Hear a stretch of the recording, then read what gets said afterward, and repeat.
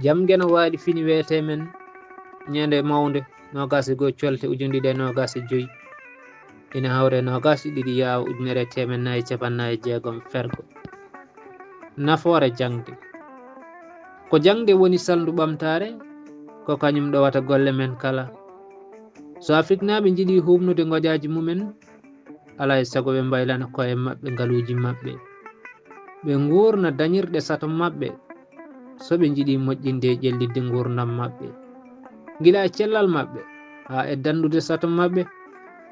Sikki ala maɓe janga ha tengti noon e jangude ɗemɗe maɓɓe guindije ɓe eto lawɗinde kandude hen e lawɗinede ɗe fawade e keewal haaloɓe ɗe e kala hen leydi.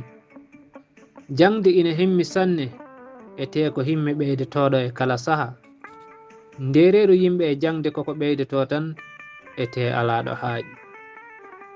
So en kaali jangde alay saago kaalen cuɗol ɗo jangde rewrata. Sikki ala jangde rewrata ko e ɗemgal nde tawno ɗemgal tagira ko ha towe towno jomumen ngol towgol noon rewrata ko e jangude ngal e hutorade ngal e kala fannu gurdam. So a towi ɗemgal ma ngal holluma ko ɗemgal jigga ngal wawa holludema. Jangude ɗemgal gongal bonani wonande on janguɗo ngal mum saabu paɗe so ɓeydani darde gustata ɗum. Hande ina fammini e te ina fungini wonde jangirde ɗemgal neniwal ko soɗorde ɓurde yawde.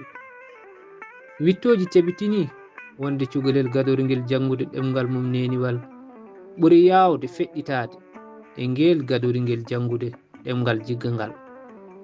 Nde tawno so cukalel gadanel ngel ari fuɗɗade jangde tata ko engel ardi e kelme jonde ɗe ngel heɓidi.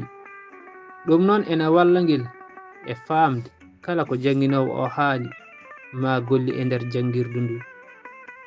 Ena anda kala ɗemgal gongal walla ɗemɗe goɗɗe ɗe ngel wawi fawanede hen weɓirat ngel. ɗum ko ballal mawgal wonande ngel saabu eɗen gandi heɓindade ɗemɗe kewɗe ina newnana jangowo o wawde heɓindade gande goɗɗe. Nde tawno ala ɗemgal keruringal gandal ɗemgal kala ina wawi marde gandal saabu ɗemde ko conuɓe kala ko lowa e majje rewat hen. Kala ko jiiɗa e aduna ko gandal ɓamtata ɗum. Jubbande e deftere lawol jeeri nde Amadou Dulo Sow windi hello 74 50 e dande Ba Saydou Alassane Molli Fulɓe. Duɗal Pular Murtuɗo Diop yo jaam ñallu ñallene nder hen.